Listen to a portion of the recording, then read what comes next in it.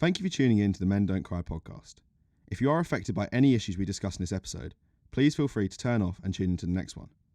Myself and Charlie aren't trained professionals, so if you are suffering from mental health issues, please speak to your GP or a professional to seek advice or medical help. Now, without further ado, please enjoy the episode. Hello, welcome to episode 4 of the Men Don't Cry podcast, the season finale. It's a big one. So today we're going to be tackling the topic of depression.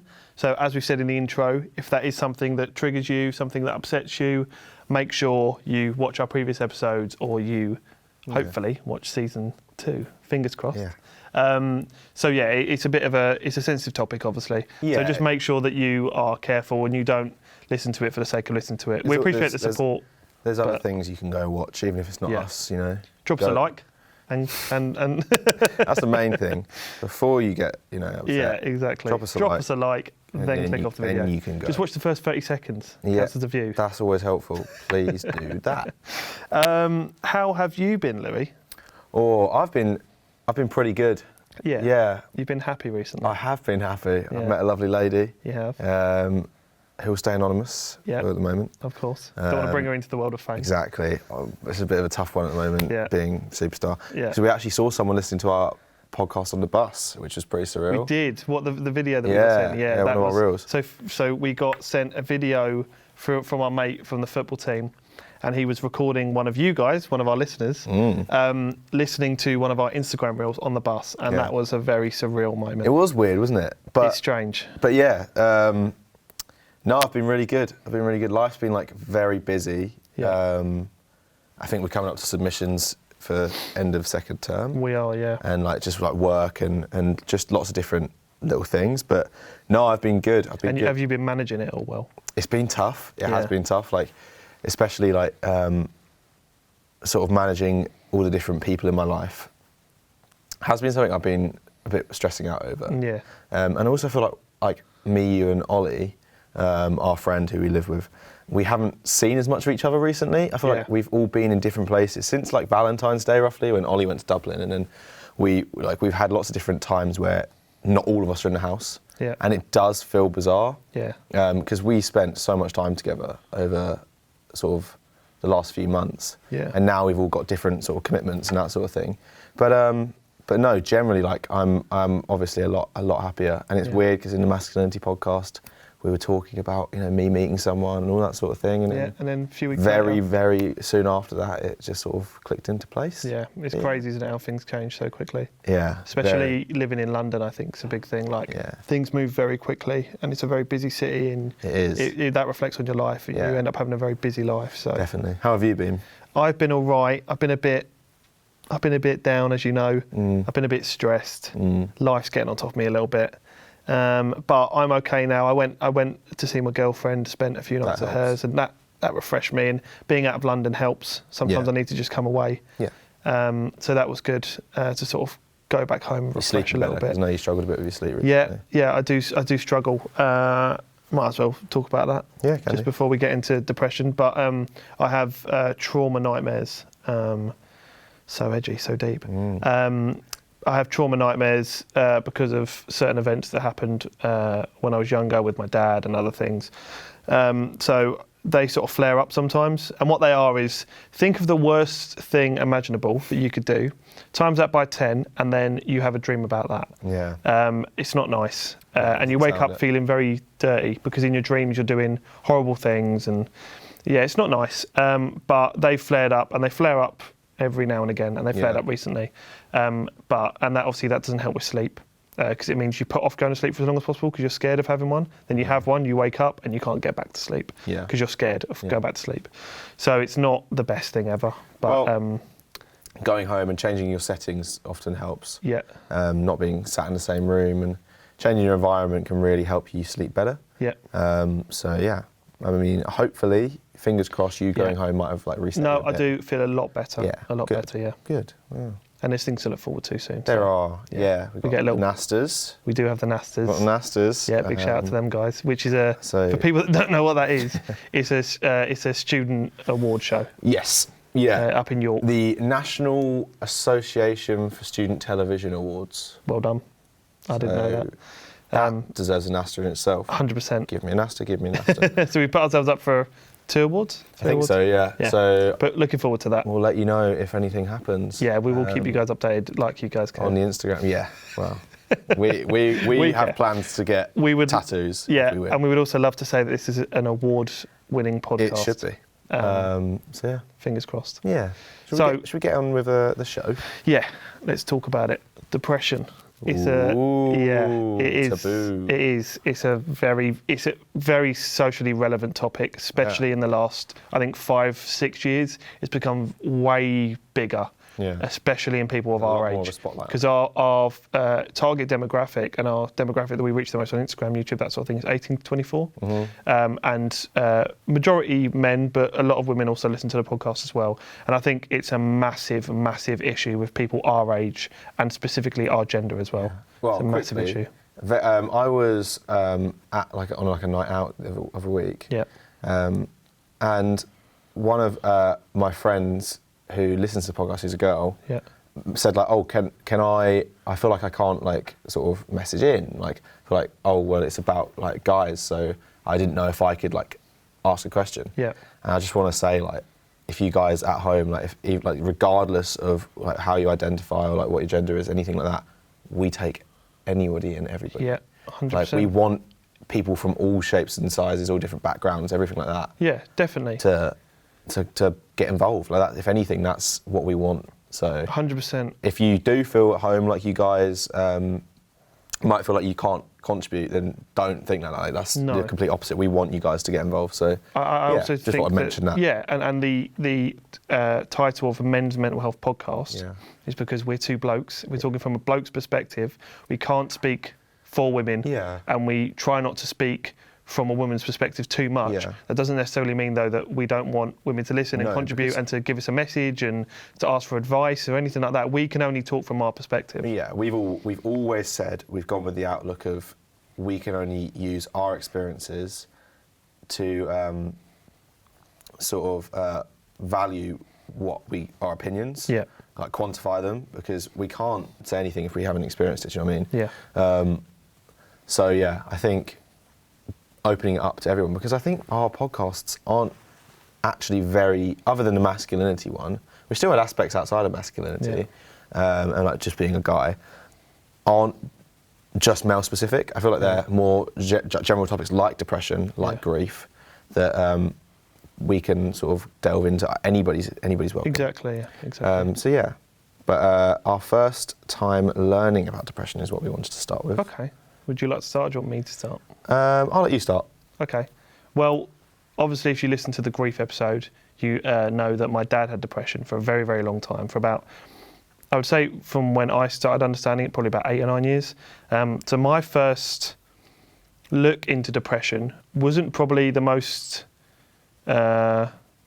intelligent look or the most clear look into it, because it was very confusing. Because as a 11-year-old kid, seeing my dad, or 12, seeing my dad struggle with his mental health, to me, I didn't quite understand it. The idea of depression to me was someone being really sad all the time. And obviously that's probably most people's first understanding of it.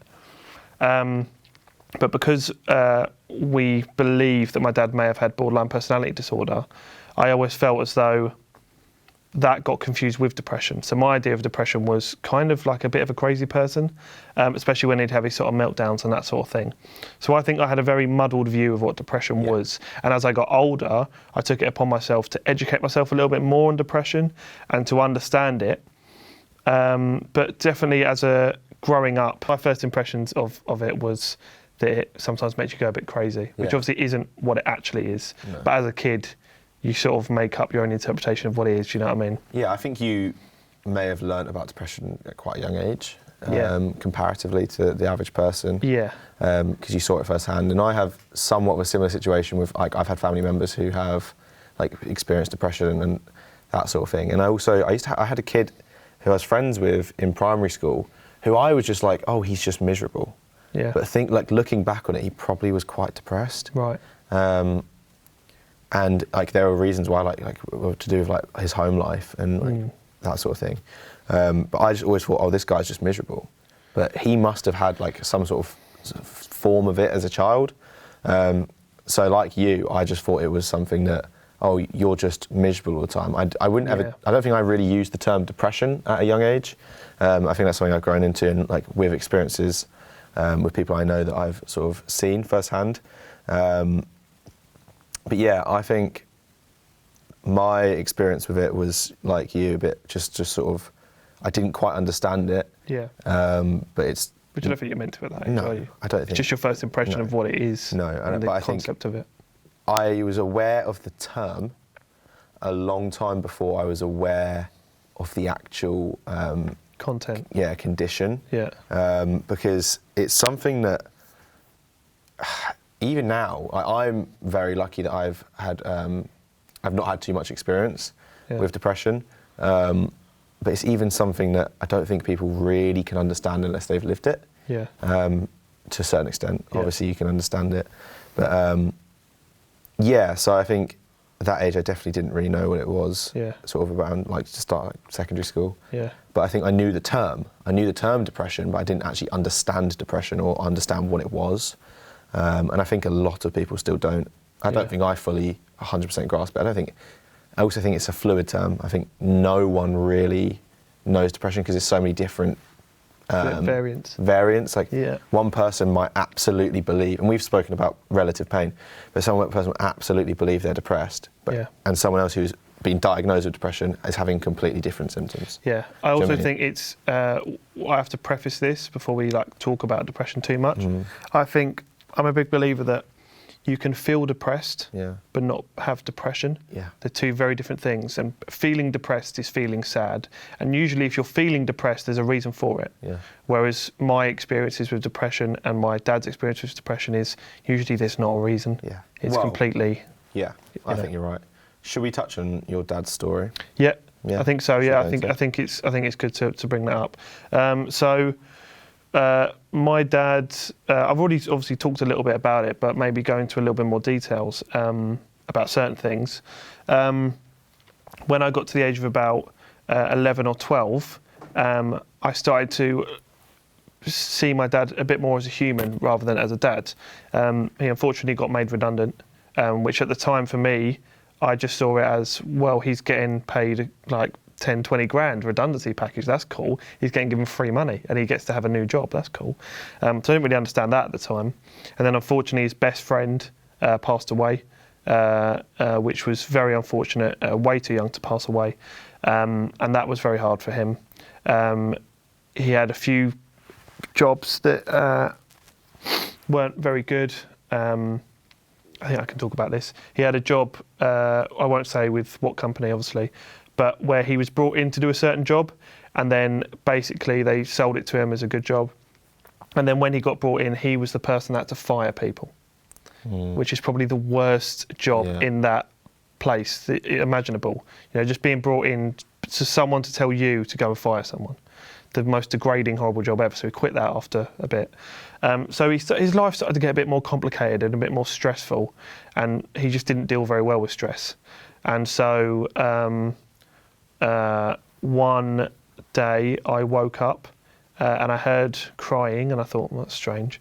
I came downstairs and some of my family members were very upset, and I sort of wondered what was going on. And he just ran away. He'd had a meltdown in the morning, ran away. Later turns out it's very random, and we always took the mick out of him for it. He just went to Paris. He went to the airport.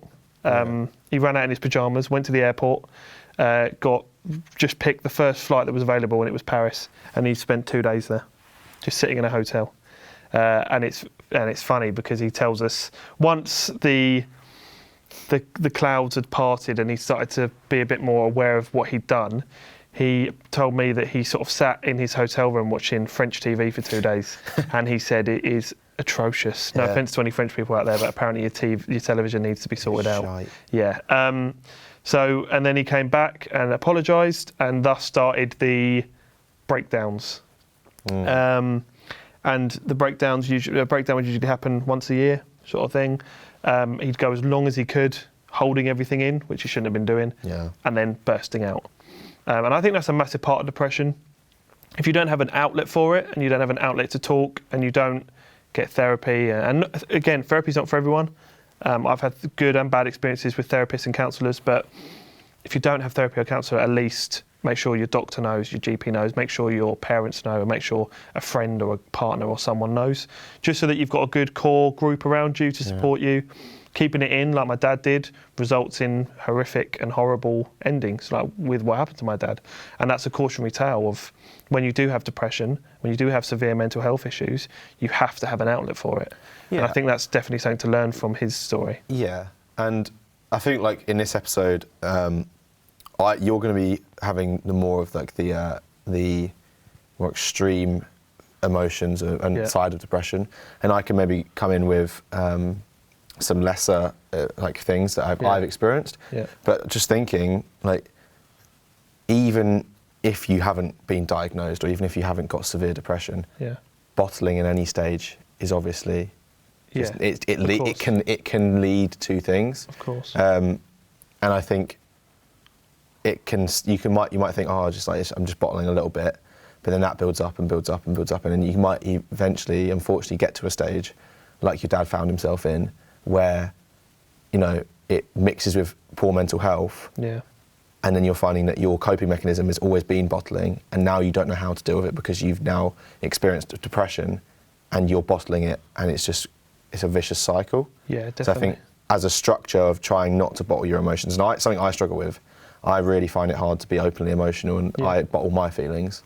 And I think, like you're saying, like a lot of people need therapy, and I think a lot of people need to open up about things, and this is why like this sort of platform is what we're trying to do. Yeah.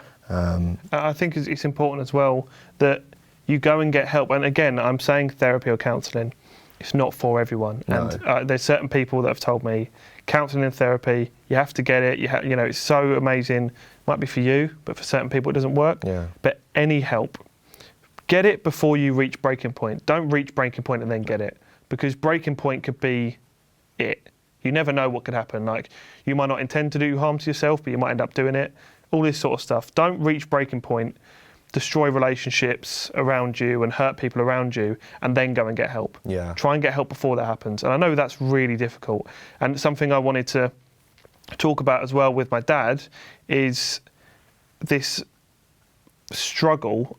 Maybe it's a bloke thing. I don't know what it is from I feel like in my experiences, and the women that I've grown up around find it much easier to talk to their friends, talk to their parents about their feelings and about their emotions, whereas us guys really struggle. And even if, you know, two people on a podcast are telling you it's all right to open up, it's all right to speak up, doesn't mean you will, and doesn't mean you feel comfortable just because someone's telling you to. So I think it's really, really important that as blokes we open up and talk about it, because I've lived with someone that bottled everything. Yeah. And, you know, helping yourself as well. We've talked about this in the self-care episode.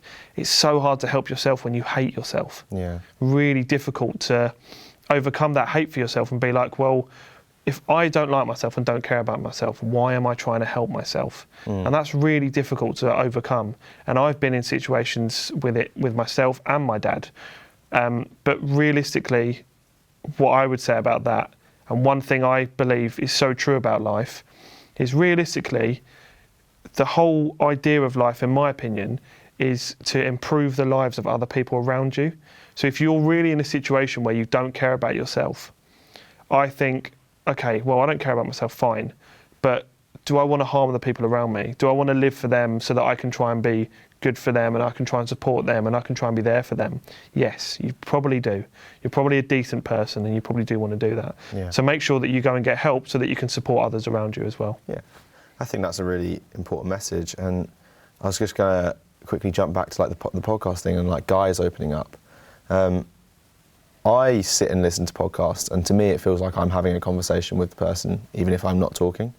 Like I remember in lockdown, I used to just sit and just listen to podcasts all day, and it felt like I was talking to people even if I wasn't, because I was listening to conversations. And I've had people come to me and say like, oh, I'm really enjoying your podcast because it feels like I'm talking to you guys about it even though I'm not. And so I think listening to that sort of thing, and maybe if you don't have like mates that you can open up to, I know a lot of guys feel like they can't open up to their mates, and that's just unfortunate, and that's the way their friendships are. But using like podcasts and like YouTube videos to sort of bring you out of it and make you feel like you're having a conversation about your mental health.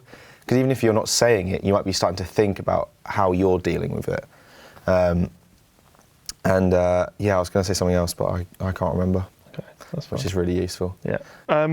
So I was wondering, because obviously you mentioned that obviously you've grown up with a few people in your family and friends and that sort of thing, but more specifically, what is your experience with depression? And not necessarily, have you ever been depressed? Because I think I know the answer, but have you dealt with, how have you dealt with them emotions and speaking out, and how have you dealt with your mental health in terms of the more depressive side of it? Yeah.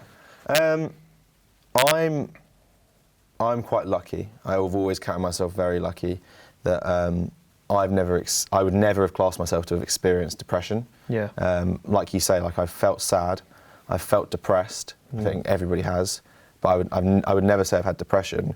Where I sometimes struggle is I'm very influenced by going outside and like getting out of the house, and I'm quite influenced by the weather. I find, and I don't know how sort of legitimate this is, but I find that generally in the winter, and I think a lot of people do, I fall into a right pit. Yeah, and seasonal depression, that's what they call it. I wouldn't ever say I have seasonal depression, because I feel like that's a lot more extreme. Yeah. But I always find myself struggling a lot with my mental health in the darker months, and like where there's not as much sunlight and that sort of thing. That's something I've had to like sort of learn, that I need to maybe force myself to get out of the house earlier or wake up earlier in the winter. So lockdown must have been very hard for you then? The second one was. The first one, and this sounds really bad, I loved the first lockdown. I think a lot of people did. Yeah, I didn't have to do my A-levels, it was really sunny, it was really warm, I got to play cricket in the back garden with my brother all the time, like sunbathe. Couldn't go out, but I could like go for a run on my own. And I quite enjoyed it. I was quite lucky. But the second one, so it was Halloween night of 2020. That's when the next one it went, so November 1st or something like that. That's when they announced it. Right up until February, I think, it went to like those, they had the tier systems. It was bullshit. It was anyway, that January of lockdown, I was in accommodation on my own. Yeah. And it got to the point where they were like, you can't see anybody else. Like, you have to stay, like, by their rules, one other person can go in your room and you can go in one other person's room, and that's it.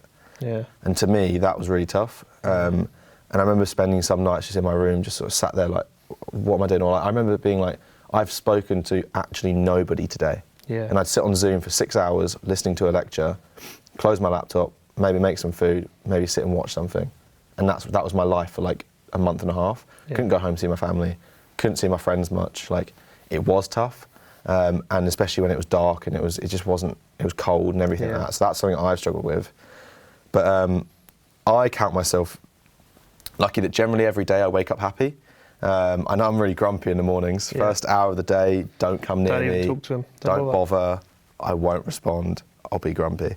But generally, every day I wake up, I don't wake up like upset or angry unless something obviously in my life has happened to make me feel that way. But I get through stages where something will set me off, and then it will be 3 or 4 days where it just compounds, and all of a sudden I'm in a right state, and you've seen it firsthand. Yeah, like, I mean, well, it's maybe good to talk about that time, because I remember you was very down. Sorry if I'm speaking for you. No. But you was very down. Yeah. And I remember coming into your room, and you'll know what I'm about to say about the football thing. And I remember coming into your room, and we had a training session. I was running a training session for our football team, and I said, "Are you coming to training?" You was like, "No, I don't feel good, you know." And I went, "Are you sure?" And you went, "Yeah." And I went, "Well, look, if I'm being honest with you, I really think it'd be good for you to come. Yeah. Take your mind off things, exercise. It'll be good. You'll be with the boys. We'll have a laugh, that sort of thing." And you said, "No, I'm fine. I'm not going to come." Anyway, me and my housemate Ollie got to training. We started training, and I just see Louis' little face appearing from the distance. And I was so proud of you in that moment where you'd made an active decision to get up out of your bed, because I know that's really hard when you're feeling down, get changed, get on a bus, or get on a tube, then a bus by yourself, all the way to training. And yeah, that was just brilliant, because I just thought, you're feeling so down, but yet you've made an active choice to come out and cheer yourself up. Well, yeah, that was quite a big thing for me, because I think because I don't experience like these emotions very often, when I do, It's extreme. it feels really like, it feels very big to me. Yeah. And I remember you coming in, and this was like day 4 that I just locked myself away. Like, I felt grim, like I hadn't left the house in like a week. I didn't go to my lectures. Like, I just stayed inside, like wrapped up, and like I just couldn't leave. I couldn't do or talk to anyone. And it was like the 4th day, and then you said that to me, and I sort of sat there and I was like, I could stay in, very easily, see them later, whatever, or I could force myself to go out. Yeah. And I just kept thinking about what you said, like it will be good for you. And I was like, you're right. You are right. So yeah, I was just like, obviously the hardest bit is just shutting the front door. Be like, well, I'm out now. I'm done. I'm getting out of bed. I've got changed. I'm going. Yeah. And then once I did that, I remember that night, I think we played Monopoly and like got a takeaway. Well, we did, yeah. We wanted to cheer you up, so we got. I think we got a McDonald's and we played Monopoly on the PlayStation. It was so, that really stuck with me. And then from your advice, I was able to give that back to you. Yeah. I remember that it was only about a month ago, we had Content Creation Society, and you were just not happy. I think you'd not slept well, like you really weren't in the right space. No, I had a few bad things happen to me that day. Yeah, it's just been a bad day, just one of those days. And I remember literally being like, well, this is what Charlie did for me, and I was so like grateful that you did that for me. Yeah. And I remember just like, I was about to leave, I was like, look mate, I really think you should come out, and sort of gave you the advice you gave me. Yeah. And then like I did for that, you turned up, and I was so happy. Like, my face lit up when I saw you. Yeah. Because it was that step of helping yourself. Yeah. And that is, in depression, really tough. Yeah. And when you're feeling that way, being able to go, oh, I really don't want to do this right now, but I know that as soon as I get out of the house and I go and socialise, I will feel better. Yeah. So yeah, I think that's so important with your mates, like being able to recognise the signs. Yeah. And you and Ollie were so good with me that day. Like, when I was in that state, you guys were so nice to me. Like, Ollie came and gave me a little hug, and like, you kept talking to me, but you also gave me my space when I told you I wanted it. Yeah. Which I think there's definitely a space for that in depression. Like, I know sometimes people want to just go in and be the saviour. Yeah. And sometimes it's okay to give someone a little bit of space. Yeah. And just let them sort of. Which is where I think feel them. Yeah. We work themselves. well as a house because for anyone who doesn't know Ollie, he's very, very kind. He's very cuddly. Do you know what I mean? He'll come and he's very like, he wants you to be as happy as him. Yeah. Whereas I'm a little bit more, I'd say a little bit more brutal, a little bit more honest, and I'm quite brutally honest about my advice. And again, so I was giving you a bit of space, which helped, and then Ollie was giving you that immediate response and that immediate help. And I think, to me, especially, that worked because that reminded me of my family dynamic with my siblings. Yeah. So my sister is very much like, what's the problem? Talk to me about it. Yeah. And she's brilliant with that sort of thing. Like, she really understands me and helps me in that regard. Whereas my brother is a bit more standoffish. Yeah. But I know he's there. Yeah. And I know that he's going to give me the right advice. Yeah. So that sort of felt... A bit more of a logical thinker. Yeah. It felt really natural to me, but... I don't think one is more valuable than the other. No, like, you need a good balance. Yeah, like, I will go to my sister and I'll be like, I can be vulnerable, and that's great, and she's so good with like helping me out. And then my brother can come in and be like, look mate, arm around the shoulder, this is what you need to do, but come on, let's go sort yourself out, let's go out, let's go grab some food, or let's go shopping or something like that. And it's just like, that helps, and that's what you guys do for me as well. And like, I feel like, as you're right, like, as the house, like, me and you sometimes play the same role. And then Ollie's always there to really help us out. Yeah. And he's very in touch with his emotions, which is quite rare. Yeah. But I can relate to that. Just last bit on that little conversation we was having there about the balance of having logic and emotion. And like, my dad was always the emotive one, very emotional. All of his advice was very emotional and his own personal experiences. And if I'd come to him and tell him something, he could completely open up with me. It's something we had a good dynamic with that. Whereas my mum and my older brother are very logical thinkers. Yeah. So if I've got a problem, it's not necessarily emotionally supportive first and cuddles and everything. First of all, it's how can we solve this for you? And I think both require the same amount of love, and I feel the same amount of love, but one works more than the other. I've always felt that someone being a bit more emotional with me works, because I think I'm quite a logical person. Yeah. So I don't know, it's weird. Like, I think I need someone to be quite emotional with me. Interestingly, I need someone to tell me to get my act together. Like, Ollie giving me the hug, and my sister, and like my mum is very similar. Like, they'll all like sort of give me a big hug and tell me it's okay. But then at the same time, like my brother and my dad do more of the, come on mate, this is how you can sort yourself out. Yeah. And I think maybe because of my like education and that sort of environment I have always enjoyed, maybe that's the same. But I think it's interesting that even though we play quite a similar role, we have different ways of being dealt with. Yeah. I think everyone does. I don't think it's just those two categories. Yeah. But I think it's interesting that even though we have quite a very similar mindset, but most things we require different things. Yeah. I think that's why like depression's such a complicated thing, because there's no one way of helping someone. Yeah, it's so complicated. Yeah. It's so complicated. I was going to briefly mention my experience with it. Yeah, go for it. So, again, I think it's important to say I've never been medically diagnosed with depression. Funnily enough, I feel like most people that have depression never go and get medically diagnosed, because once you're at the point and you're experiencing some of the things I'll be talking about in a minute, you don't really need a doctor to tell you. Yeah. Don't necessarily think it's the most important thing. And also, who are you doing that for? So you can tell people I'm medically depressed. Use that as like an excuse or a reason to do equally, I would things. say it's valuable to go and get medically checked out. Yeah, if you're really struggling. Yeah. It's obviously, as I've said, but in my personal experience, I didn't feel like it was necessary. Yeah. And I had a very good support network around me. So, but yeah, definitely the men don't cry advice would to be go and speak to a medical professional. Speak to a medical professional. Yeah, but my experience is sometimes don't always take your own advice, you know what I mean? So my experience with it is when I was about 14, I started to experience, 13, 14, I started to experience symptoms of depression. And it sort of snuck into my life without me noticing it. Yeah. And I started Often to... does, I think it does. I think it does for most people. And I started to experience symptoms that my dad had, but I thought it was just a product of the environment that I was in.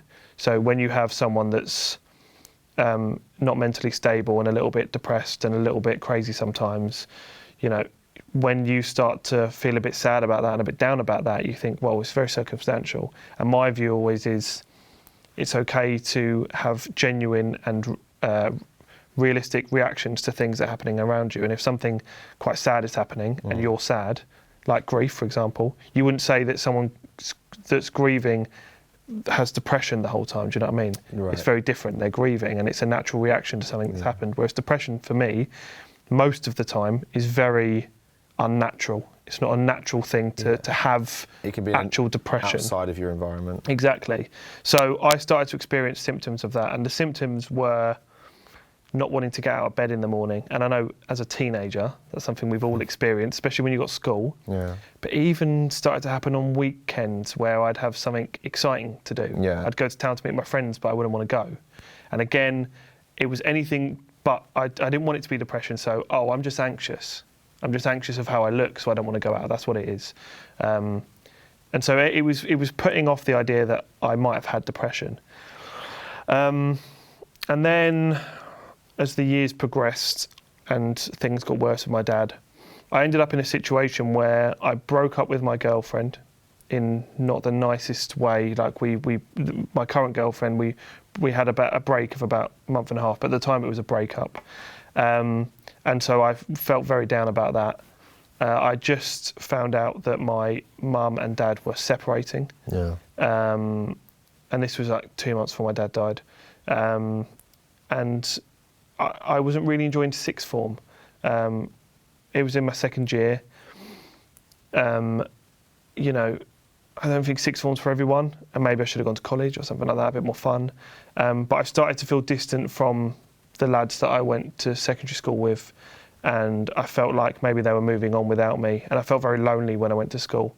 I think loneliness is a massive part of depression, because you can have as many people around you as possible, but you start to feel lonely.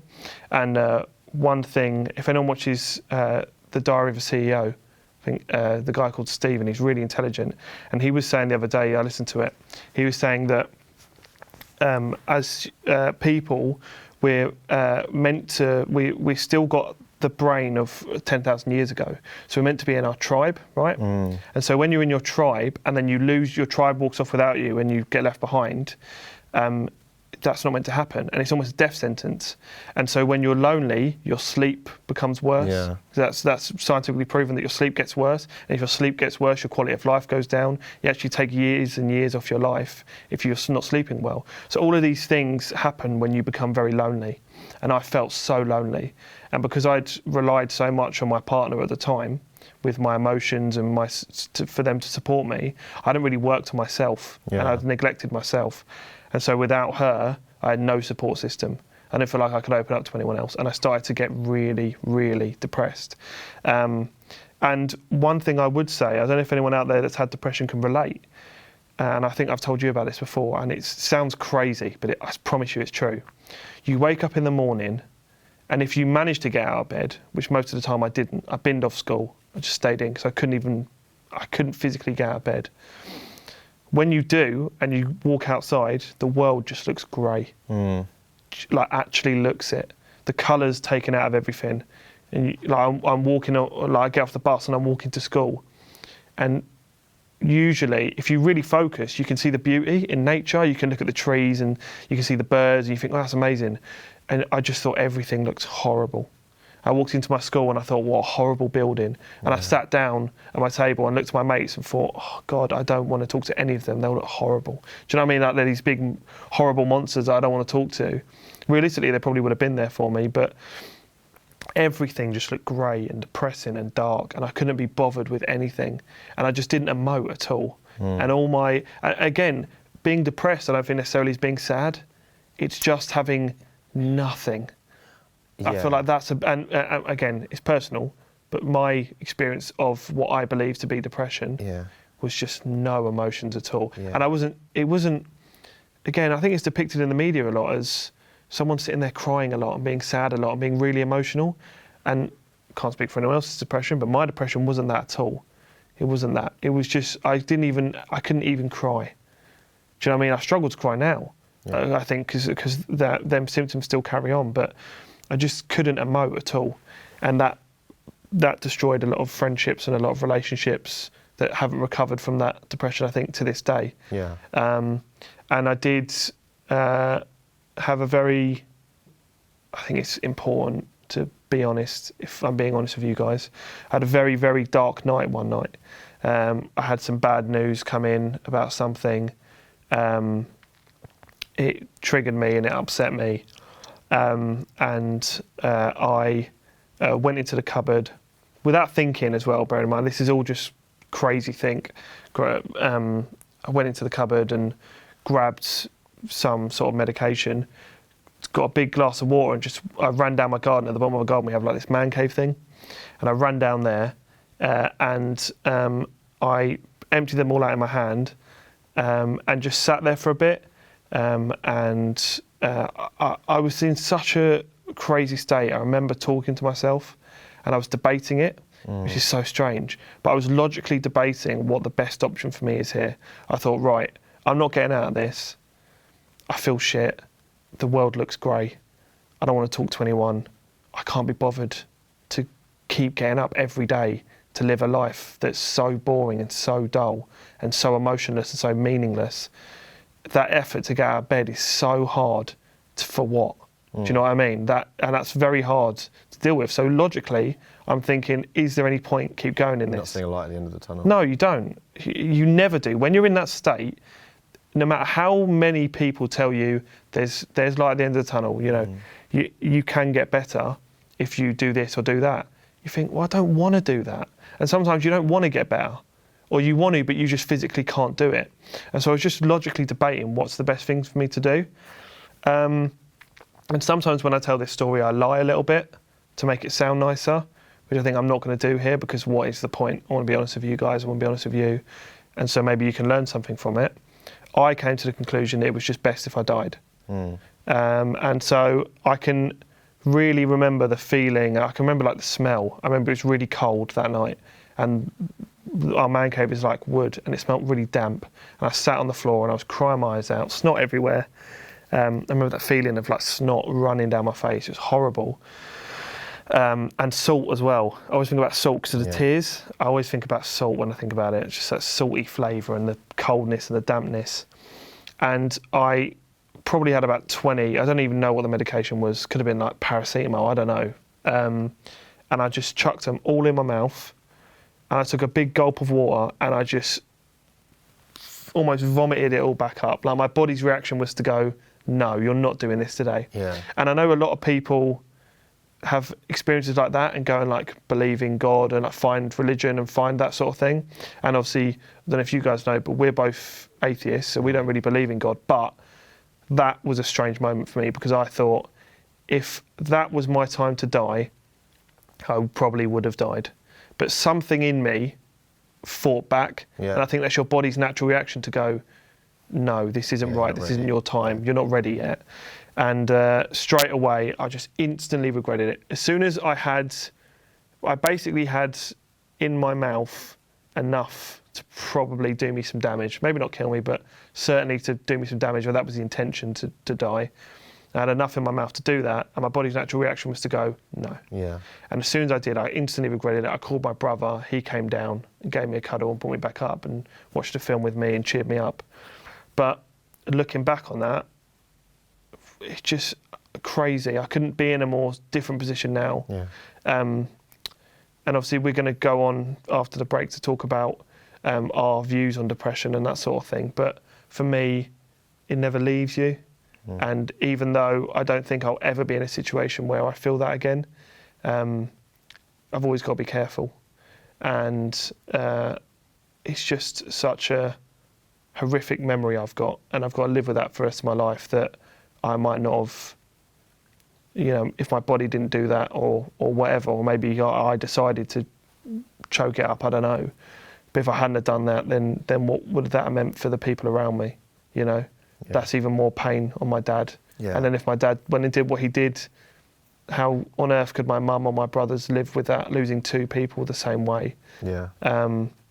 So that's something I've got to live with for the rest of my life, and I do regret it. Yeah. And I think,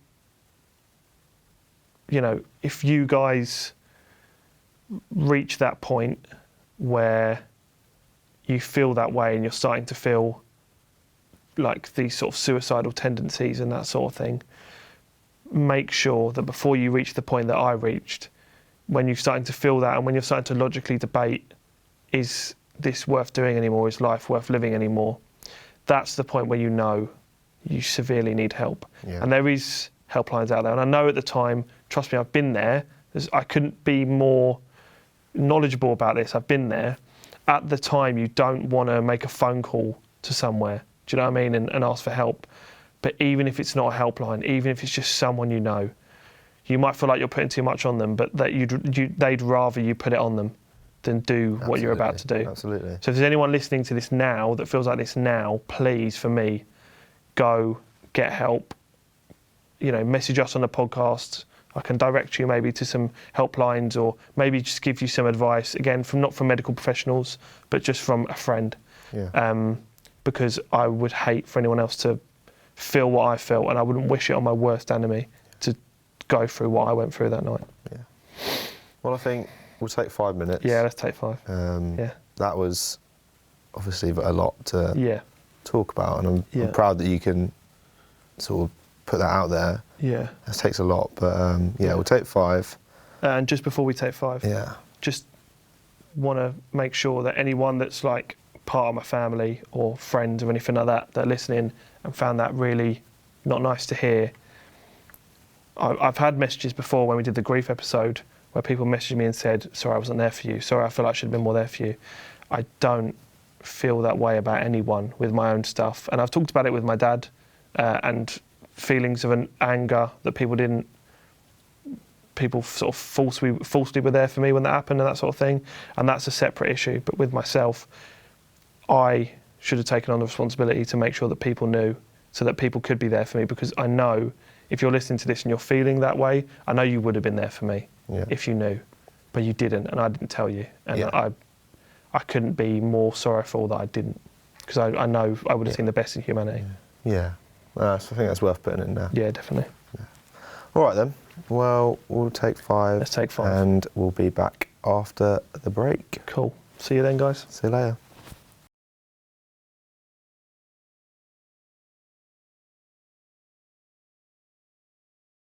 Okay, so we're back from the break, feeling a little bit better, and we're gonna have a quick chat about depression's like sort of lifespan. I think that's something that we'd like to touch on.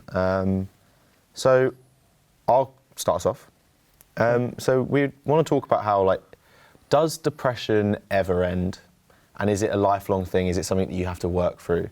And I know you had a conversation with a friend. Yeah, I had a conversation with a friend. Well, we were talking about depression and grief. Obviously, because the friend knew that we were going to be talking about depression today, and we did episode 1 was on grief, and how maybe we didn't make it clear or whatever in the episode, but do we think grief has an ending?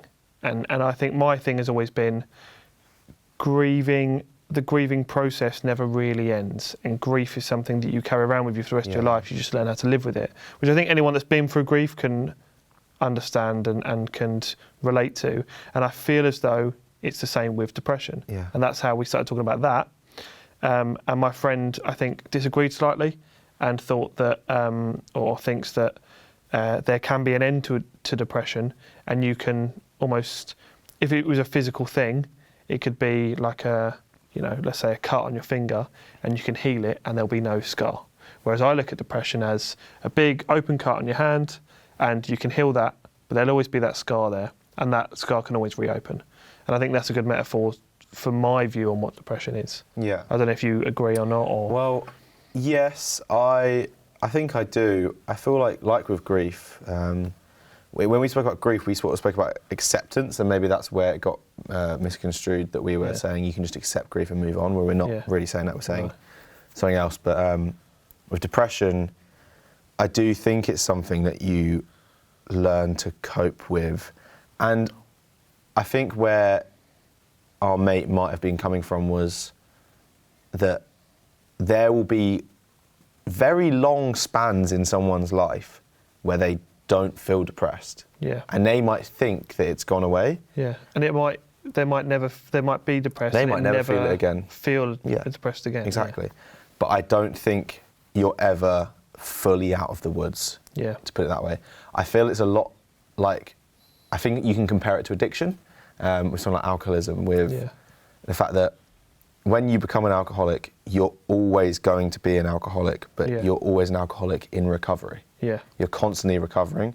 And I feel like when it comes to depression, that can be quite a similar situation where you may have had quite severe depression, but you might be in recovery now, and you might be in a state where you're working through your things and you might not going to be feeling as depressed anymore. Yeah. But there may come a day where you do, and where you feel like it's like overcomes you again. And I feel like just think that, oh, it's done now, as if it's like a broken arm, that might not be right. Yeah. And I think maybe you could compare it to a broken bone, because when you break something, or maybe like if you do your ligaments in your knee or something like that, it's a very strange, weird analogy. Yeah. But once you do it, it's weakened, and it's a lot easier to do it again. Yeah. I've fucked my ankles so many times. I think that's because I did it once, and now it's weaker. That is exactly what addiction is. And I feel like addiction, and you could maybe talk into depression about this as well, maybe with your experience, maybe, that now that that's happened, now that you've slipped into the addiction or you felt this depression, even if it goes away, you might be far more susceptible to feeling that again. Whereas someone who's never felt like they've slipped into that, and I don't want to use the slip because it's like a negative thing, but when someone who's experienced that feeling, someone who hasn't might feel that they never will, and it might take a lot more for them to get to a place where you could find yourself very easily. Do you know what I mean? Yeah. Does that make sense? Yeah, it does make sense. I only wish that people would look at addiction the same way they do as depression. Yeah. Because it's worldly accepted that you don't choose to be depressed. Yeah. And when you are depressed and you may have suicidal tendencies or suicide attempts, you don't then go and choose, oh, do you know what, I'll go and do that again. That was fun. Yeah. And it's the exact same thing with alcoholism or drug addiction or any sort of addiction, food addiction, eating disorders, anything that is addictive, like smoking, anything. You don't actively make a choice because you think that's the best thing for you. You slip into it. And if people were to only look at addiction as the same way they do as depression, I feel like we live in a much better place. Yeah. Because depression is, because it's such a talked about topic at the moment, it's something that people look at with a little bit more sympathy than they do with addiction and stuff like that. And I don't want to like go off topic or anything, but bringing it back to depression, yeah, I do feel as though it's something that, like I've had it, and I hit rock bottom, and ever since then I've been trying to come back up, and I've filled my life with so many different things, you know, like university and making new friends and managing the football team and doing the podcast and doing my own projects on the side and new projects coming up soon and all this sort of stuff. It's all stuff not to distract myself, but to try and make my life better and to feel like I'm doing something. And that is a direct result of having depression. And what I would say to anyone out there is sometimes I feel as though, especially in the media, depression is glamorised. And I genuinely do think that. And I don't like the debate of like, you know, a TV show should be cancelled and it should be off air because it doesn't depict depression in the best light or whatever. A prime example is 13 Reasons Why. First time I watched it as a drama series. That's all it was, a drama series. And I thought it was great. And then as you rewatch it, you start to realise, and for anyone that hasn't watched it, it's about a girl who leaves 13 tapes to different people, and she's killed herself, and then she leaves these 13 tapes to tell people why she's done it. And the show's got a very strange concept of depression, or not depression, because at no point is she referenced to have a mental health issue. Everything that happens to her is through people just bullying her. And that's not most people's experiences with suicide and depression. And in the media sometimes it is glamorised. Depression is glamorised. It's not a very glamorous thing. And if you think it is, let me tell you something. When you have depression, you have it for the rest of your life. Imagine having an illness and then you cure that illness, but for the rest of your life it could come back. It lowers your quality of life so much. And not to sound really down about it, because I'm a prime example that you can have depression and then be happy once more, and hopefully I can be happy for the rest of my life. But you can always slip back into it. It's very, very easy, one bad day, and you can slip right back into it. And so when you see depression in the media glamorised as this thing like, you know, EastEnders or bloody Hollyoaks or something like that, there'll be a depression storyline where for 2 months some bloke has depression and he wants to kill himself, and then he fails, and then 2 weeks later he's fine again down the pub having a laugh. His character's changed. That's not what depression is. It's there for the rest of your life, and it is a battle to try and back that off. I think that, and I think that in that side of things, where they've just sort of scrapped that storyline and that part of his character development, and now he's all happy. But I don't necessarily agree with it. I know this probably isn't what you're trying to say, but that they can't then have happy moments, because no, of course, of course. But like, I feel like in that depiction, that they could probably get away with that, because they're like, when you're depressed, it doesn't mean that everything's like, as you said, like it was grey, but everything's grey all the time, forever. Yeah. For like, there's lots of moments where you might come out of like where you are and you're really happy and you're yourself again, and you've got your spark back. And I've had experiences with people in my life where I see their spark again, and then I see it, and then we'll move on from something that they're not interested in, and then it just goes straight back into it. Yeah. And it's like a wash over them. They just go, oh, I'm back in my own head. But I think it's definitely sort of worth noting that, like, just because you're depressed doesn't mean you're depressed 24 hours a day, 7 days a week. There are good moments. There are places where you can be happy and laugh.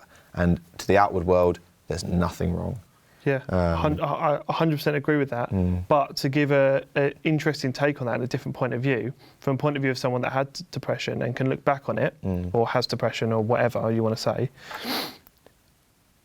And I think I watched Euphoria, and it's not a spoiler. I know you haven't seen it. I know you want to watch it. I will not spoil it for you, right? But in that show, there's a montage, and the character Zendaya plays basically says, I was depressed and the days started to merge together and you can't remember any happy moments. So when I look back at that time where I think I was depressed, I don't look back and see all the happy moments. I don't look back and remember anything good from that that period of time, because all of that goes to the back of your mind, because the sadness and the non-emotions and all that stuff overrules everything. Yeah. So like there'll be photos come up from that time where I know, I had a night out there. I completely forgot about that night out, because the days merge together. And you don't feel like you're living days and you have happy moments. You don't remember any of that stuff. You know, I feel like, I don't know if this is just me, but I have hated something. So I wanted a job for a company that will remain nameless, Amazon. And basically, I hated it. I was there for 2 weeks, it was in lockdown. I hated every second of my time there. Bar being my sister's boyfriend, big up yourself, Will. Will. That we had a great time, but I hated the job with a passion. But a couple months down the line, I looked back at it and I thought, I actually miss it, weirdly. And I feel like people get this a lot with like ex-boyfriends and girlfriends and that sort of thing, where they look back at, when they look back, they only see the good bits. And do you know what I mean? Like that sort of side of things, I think that happens a lot with like humans generally. I think we've trained our brains to forget trauma and block out as much of the bad stuff as we can, to only remember the good things, to protect our own mental health. I think that is genuinely a thing. But I feel like you're saying with depression, that is taken out because you can only remember the bad stuff. And you, like when I was saying those happy moments, I'm sure when you were going through that phase of your life, there were lots of days where you were laughy and had like moments, maybe not days, but moments where you were definitely moments, long periods of time. You had a great time, but that doesn't spring to mind because it's overlaid by the general feeling, like you say, it merges. And I think that's one of the ways you can maybe tell you've been depressed. Yeah. Because I feel like a lot of people often struggle to tell if they've been depressed, and knowing your own signs, because I feel like a lot of people have different signs and very individual signs. Yeah. But maybe for you, that's one of those ones where you look back and go, God, no, I actually was in a really bad state. Hindsight's a great thing. Yeah. And I think it's really hard for someone that's depressed to know they're depressed. Yeah. Because especially in this country, I feel as though we're conditioned to think sort of, I don't know, I feel like in other countries, namely America, it's very, I don't know what I'm trying to say. What I'm trying to say is in this country, I feel as though when we feel extreme emotions, we put them down. It's very much stiff up a lip. Yeah, we're told to do that. And, you know, for example, and it's a weird example, but if someone's being a nutter on the bus, someone's running about being a nutter, you think in your head, that idiot, he's so annoying. Whereas I feel like in other countries and other places, everyone will be telling that person to go away. Yeah. Well, a recent example we had was we went to go see The Batman. The Batman. 3 hours, we didn't get out till midnight. In my opinion, 2.5 hours too long. Yeah. But it was mainly filled by a gigantic dickhead in the front row. Yeah. But the entire cinema stayed quiet bar one person who told them to shut up, which nearly started a fight. Yeah. And it was only when they were being dragged out and knelt on by the security that everyone went, dickhead, why you don't get out? Yeah. Good riddance. Yeah. And it was like, all right, guys. I just literally sat there, head of my hands, going, "This is so cringy." It's cringy, isn't it? Yeah. Because it's like everyone was afraid being to do that. English and being British, maybe. We're so like, we won't say anything. Don't make a fuss until you know that, and then you just go slag them off behind their back. Oh, fucking prick. Yeah. But yeah, I know what you mean. Yeah.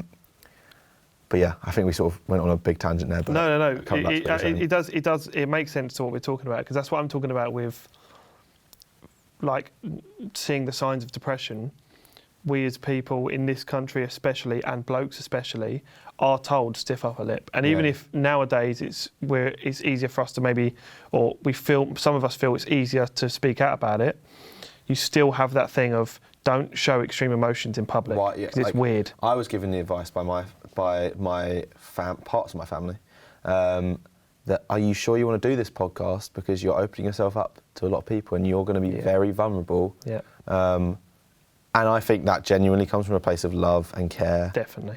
But that was the emotion that, are you sure this is going to really open you up? You might be embarrassed, you might be... Yeah, exactly. and definitely. My opinion has always been, and I'm very lucky that I'm pretty self-confident in, like, I don't care what people know about me. I'm a pretty open book, obviously to some extent.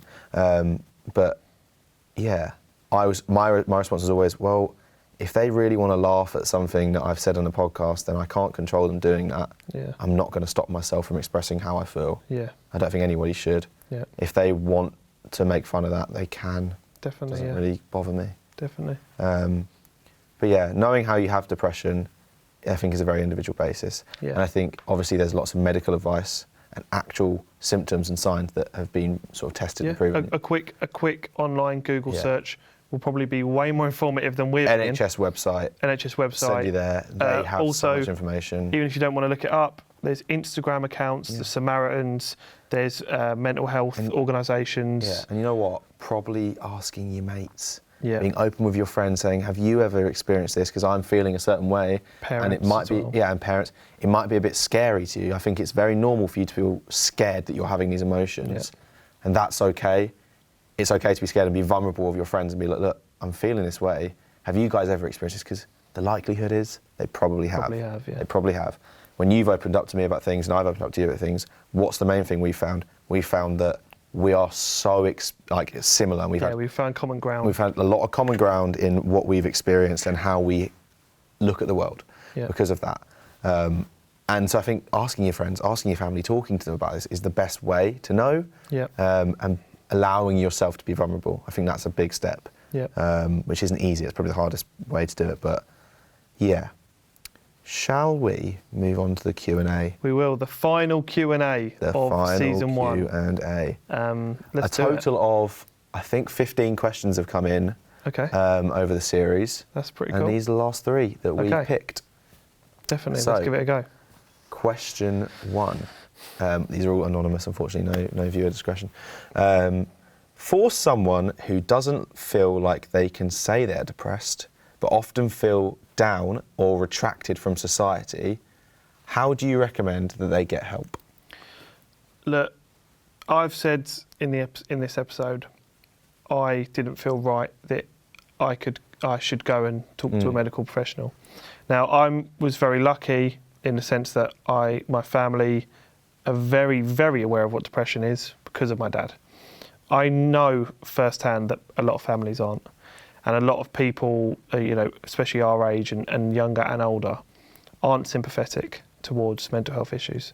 So I would say, number 1, and it sounds boring and rubbish, I know, medical help is the best way to go about it, to tackle it at its root, because this person might not feel that they have depression.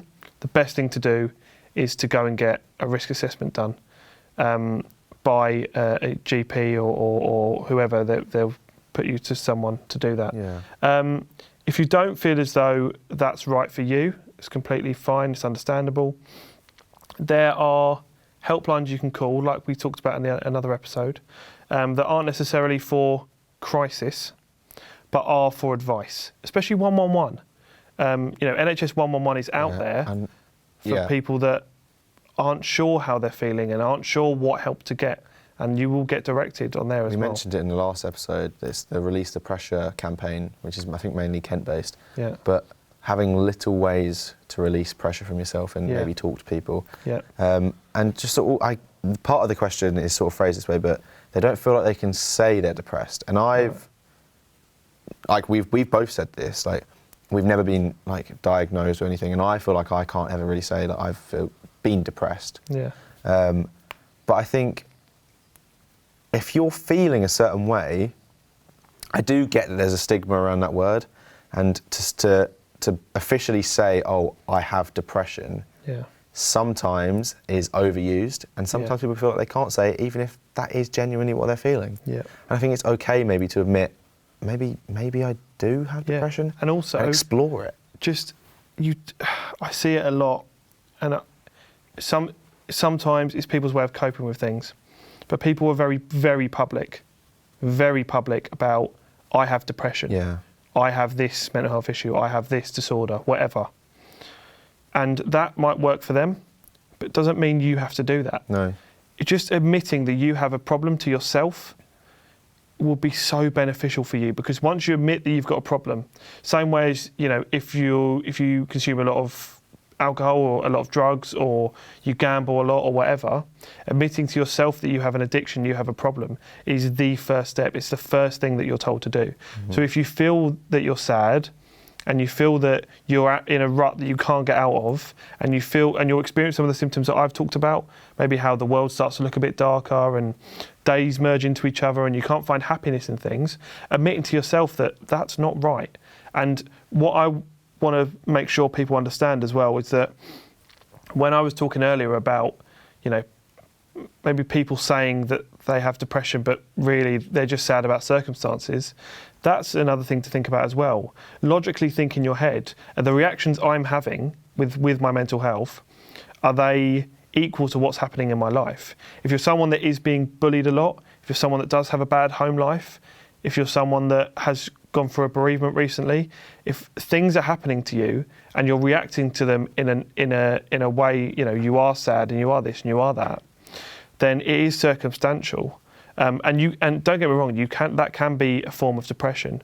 But if you're starting to have unnatural reactions to things, and things you'd normally find happiness in, you're not finding happiness in, and things you usually, like doing, like playing football or something. You don't feel yourself. Yeah, you don't feel yourself, and you don't feel like the things that usually bring you happiness are bringing you happiness.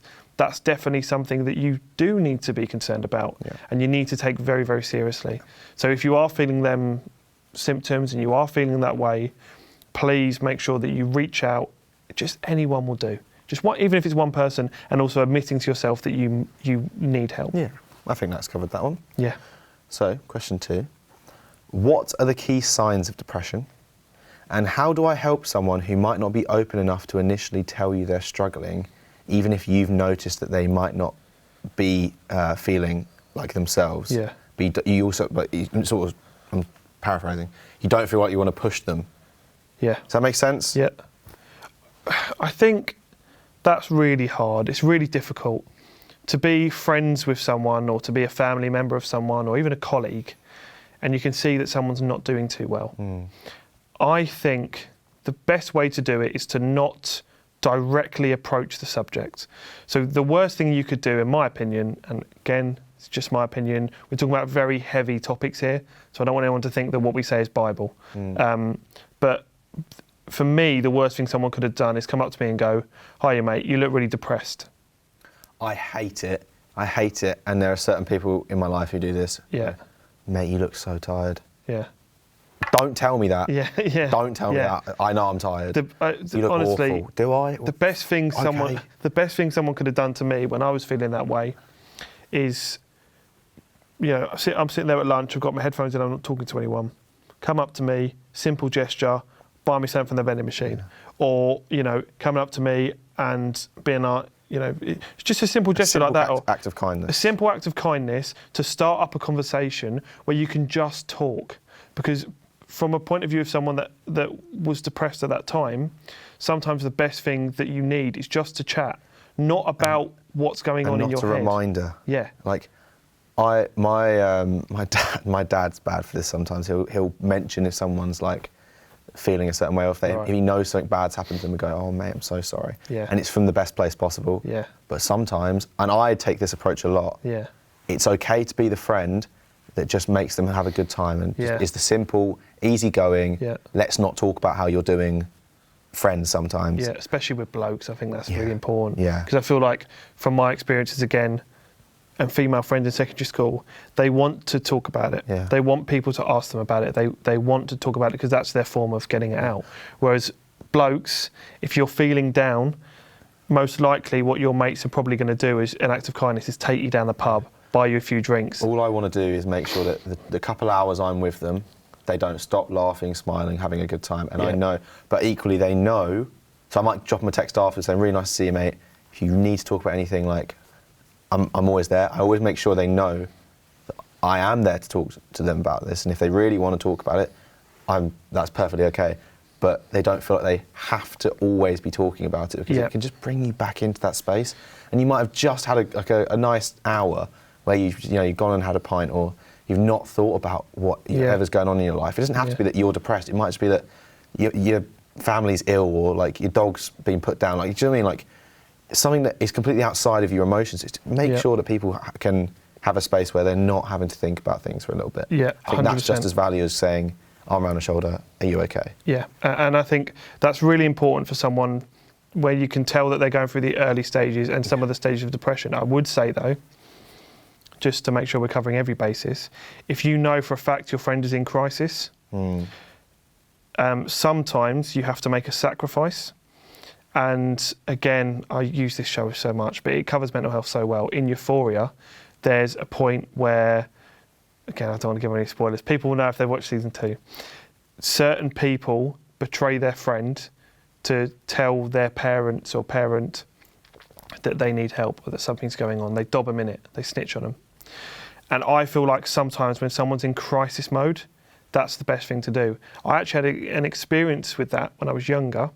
Won't ramble too much about it, but basically I had told a few people that I was feeling a little bit suicidal when I was about 13. And I wasn't exaggerating, I really did feel that way, and the advice I was given was to open up to people about it, but I hadn't opened up to my mum or dad. My mum came into my room and I was so embarrassed, but she was obviously doing it out of the kindness of her heart, and my friend was. She told me that one of my friend's parents had phoned her, my mum, to tell her that I'd been telling their kid that I wanted to kill myself or whatever. Yeah. And I never ever found out who that friend was, but if they're listening, thank you very much, because that is the exact right thing you should do. It's something I've had to do, and you feel guilty. I felt guilty in the moment. And it's a sacrifice, because you could end up sacrificing your friendship with that person, but in the long run, you've done the best thing for them. Especially when they might only in crisis mode, though. When they might be in a space where they're in, like, as you said, like a bedrock and like rock bottom, like can't get themselves out. Yeah. Sometimes you need someone to be like, this is tough love. You don't want to hear this. Yeah. You don't want me to do this. You want me to let you sit in your pit, but I'm going to do something, and I'm going to talk to your parents, because that's going to make a difference. Yeah. And it's not the nicest feeling in the world, but you have to go, this is probably the best thing to do for them right now. And if you really love that person, then that's their well-being comes over your friendship. Yeah, it's a big, big gesture, but I think it's necessary sometimes. Yeah. Like you said, when in crisis. Right, well, last question. Okay. I feel very fortunate to be in the situation I am. I have a great group of friends, an amazing boyfriend, and supportive family. So why do I feel so down and lonely and feel guilty for feeling this way when there are so many people worse off than me? Well, can I just say, the number one worst fucking statement I've ever heard in my life that I hate, usually an older generation will tell it to me, is if you're feeling a bit down or whatever, well, there's people worse off than you. There are people starving in the world. There's people starving in the world. Dying, yeah. Oh, I hate it, because it doesn't help anyone, and it is a generational thing. For me, it's up there with cheer up. When someone says that to me, cheer up, mate. It makes me so much worse. Yeah, and I hate that, and it's obviously not what this person's saying, but it's that sort of sentiment of sort of what they're doing to themselves. I understand it. I understand it. Okay, think about this, and I'll put this into context. My dad had a wife that adored him, 3 kids that adored him. He found a job in the end that he relatively likes and decent money.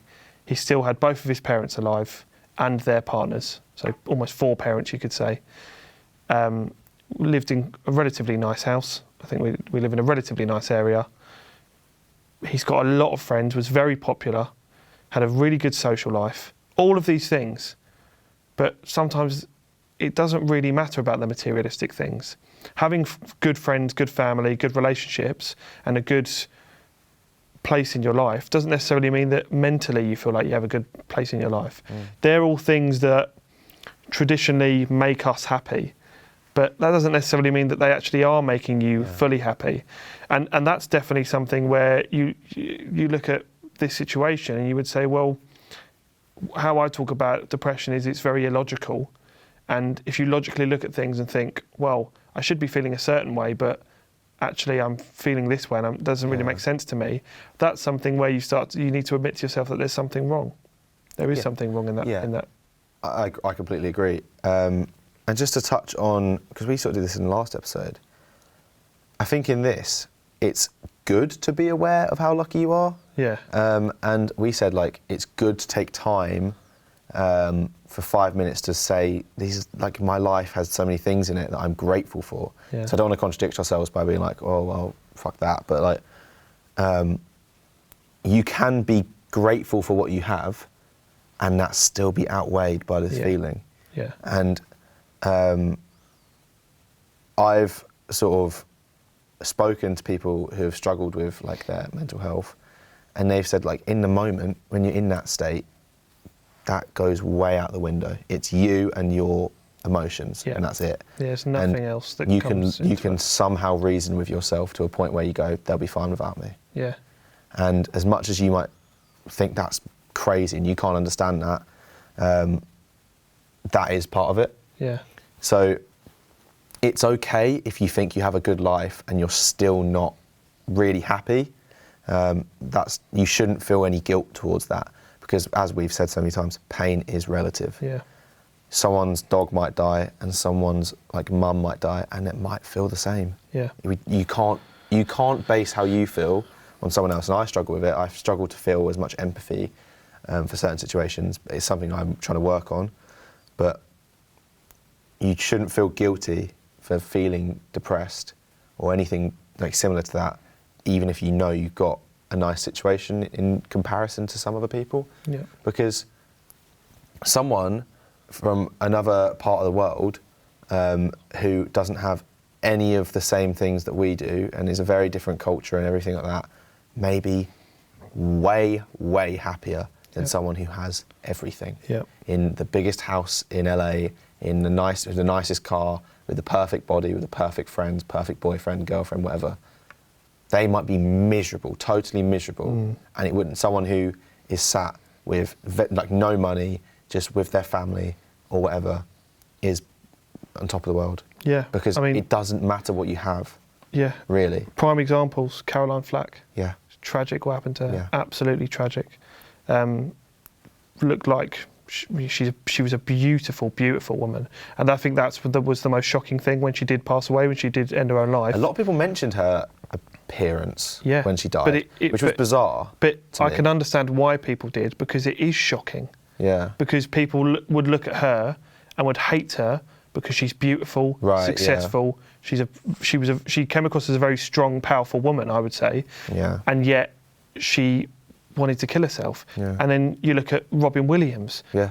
A legend. People absolutely loved him. People adored him. People would die for him. Yeah. Yet he didn't feel happy enough to carry on living. Yeah. And obviously we're talking about the extreme here, but what I'm trying to say is I'm trying to agree with you and look at these people and look at the lives that you thought they had.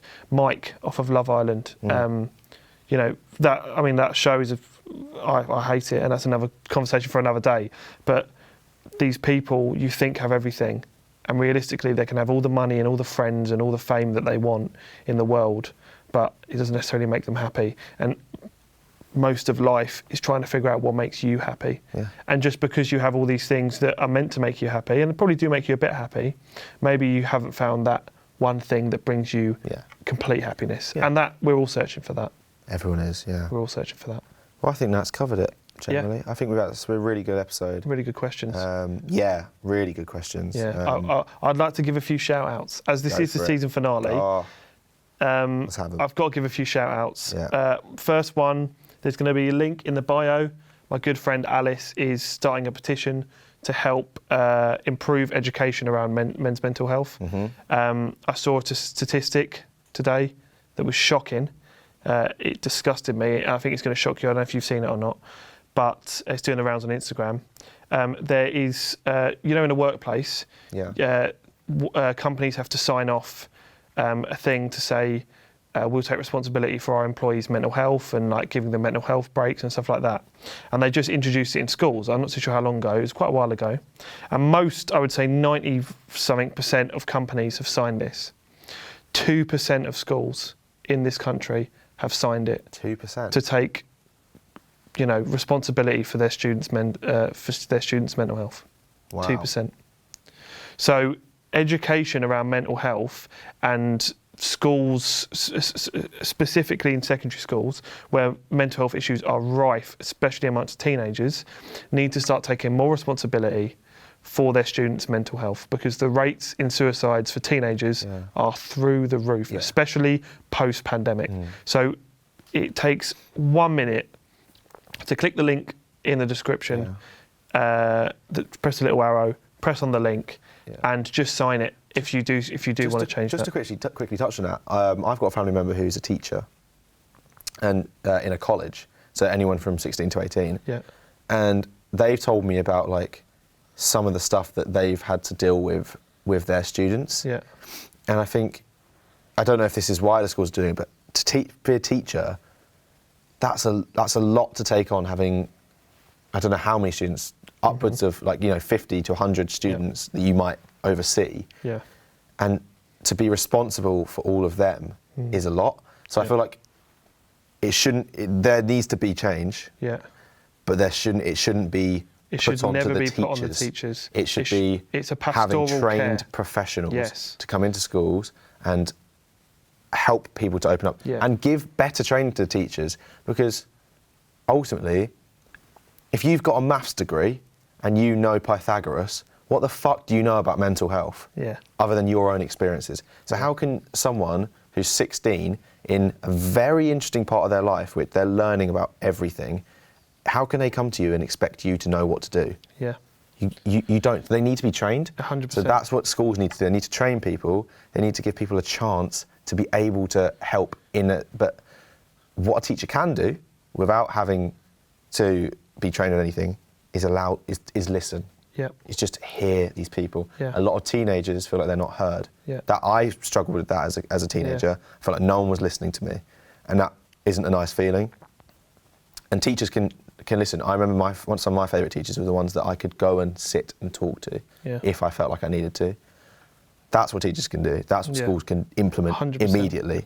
And the change starts from the government putting more funding into taking care of... I'm a big advocate for education funding. It needs so much more. So the point isn't... I respect your point. The point isn't really about the teachers. And I know it obviously affects them. What needs to happen is there needs to be a team of at least 3 trained people that are trained in either psychology, or they're trained in counselling or therapy or whatever, that need to be implemented in a secondary school, so that they take they're paid to take the responsibility of student welfare. And student welfare, especially in my secondary school, was fucked. Yeah, I think a lot of kids won't even really use that. No. And I think... But as long as it's there. It's there. Yeah. That's what I'm about to say. They don't have to. But as long as they know there is an option for them to go do that. 100%. I knew at 16 I definitely wouldn't have done that. No. And no way would I tell But some a lot person. of people need that option. That's me, yeah. Yeah. And it's good for parents and if as well. if I knew it was there, and if my parents had the safety in mind, if they were worried about me, there was someone else to talk to. Yeah. If they couldn't do that, if in the middle of the day I all of a sudden had a breakdown, there was someone trained who knows how to handle 100%. me. I don't see how they can put any... I don't see any negative there. Yeah, so and that's what that link is really about. Important. So please, if you don't have to, might not agree with that, and you might not think that it's important, and that's fine. I disagree with you, but that's fine. So if you do have the time, takes 1 minute. And that petition starts a discussion in press Parliament. that link. That's all it does. Exactly. 100,000, they have to talk about it by law. So let's get it over. Let's get some traction on it. Yeah. I also want to give a big shout out to all the people that supported us this season. Yeah. Especially, not especially, sorry, but obviously I can only talk about my side and my family and my friends that have shared, that have liked, that have listened. We've been blown away The by first our families and episode friends. has reached over 1,000, which I we thought it was going to be 100 went was our into it goal. saying if we get 100, we'd be really happy. 10 times that is incredible. Yeah. So thank you guys so it's all much down to you guys. for allowing us to talk about our issues. And this, honestly, has been a form of therapy and counselling for me. And I hope it is for you as well. Yeah. We are a product of our environment. I'm a big believer in that. And I think without our family and friends and each other, like me and you, we wouldn't be doing this. We wouldn't be able to talk about this. No. And so I think, like, just a massive thank. I want to thank you and everybody else. Like, it's definitely changed the way I view the world and like changed the way I cope with my emotions. Yeah, and I would also like to give a big shout out to Creative Capital, and a lot of people don't know who Creative Capital are. They are the channel you're watching this on right now. Give it a subscribe. There's great content on here. Outside of us, There's more content coming. There's going to be content coming for months and months now. And you don't want to miss out. Honestly, some of the stuff coming up is really, really good. And we also help. We might be popping up in a few things. Who knows? So please make sure you subscribe and just drop a couple likes. Drop some support. Every team member who's crewed this, who's put in the hours, who's done the paperwork. We can't thank you enough. Like, we can't do it without you. The podcast would not exist. So I think like we said at the end of episode 3, you've got to be aware of what you're grateful for. And I think we're very grateful for the chance to do this. So and just to end on one more shout out. I've shouted out my mum, I've shouted out my brothers, I've shouted out my dad. I want to give a massive shout out to my Nanny Tractor. Big up Nanny Tractor. Nanny Tractor is my dad's mum. She is an absolute inspiration. Nan, I know you're watching this. You're an absolute inspiration. You're a legend.